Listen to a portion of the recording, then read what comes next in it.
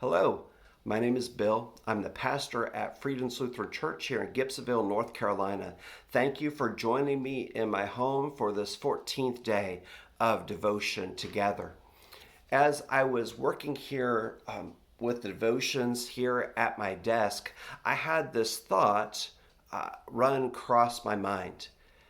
How worry and fear can rob you of love. Worry and fear can.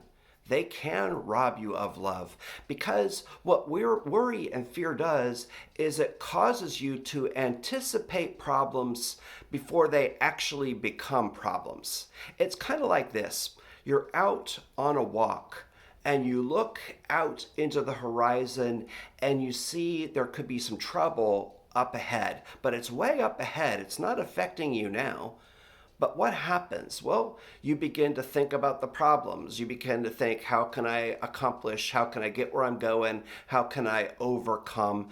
That kind of thing. And it creates anxiety inside of you. And I've noticed something about anxiety and love. The two of them do not get along well together. You can have one or the other in your body. If you're anxious, you're less loving.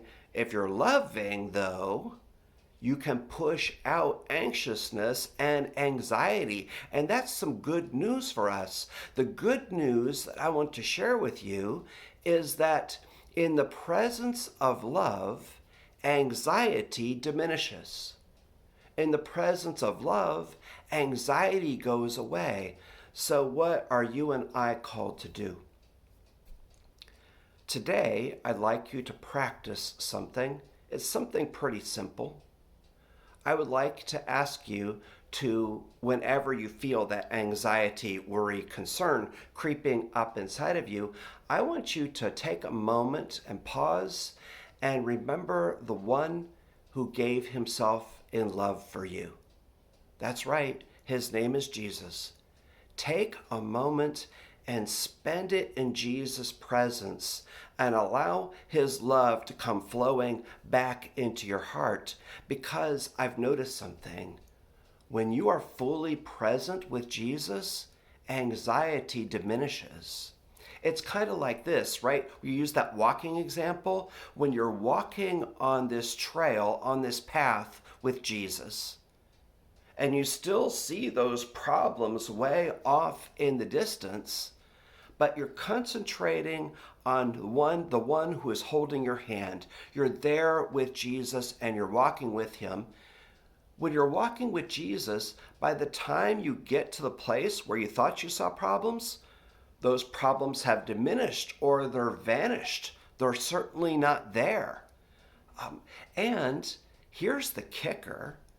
If you do encounter those problems because you're walking with the Lord, you have the best resource in the world to deal with them.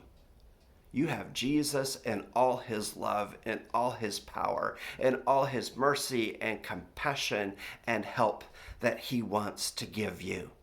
So folks, today, remember the one that loves you first. Remember Jesus. Take a moment to spend time with Jesus in prayer, in devotion through Bible study or worship, serving other people. Remember him and allow his love to come pouring into you. And I'm sure you will have a very happy Valentine's Day. I almost forgot our Bible verse. I'm sorry about that. I chose a simple one. John chapter 13, and we're down in verse 34. Jesus is talking to his disciples when he says, I give you a new commandment, that you love one another.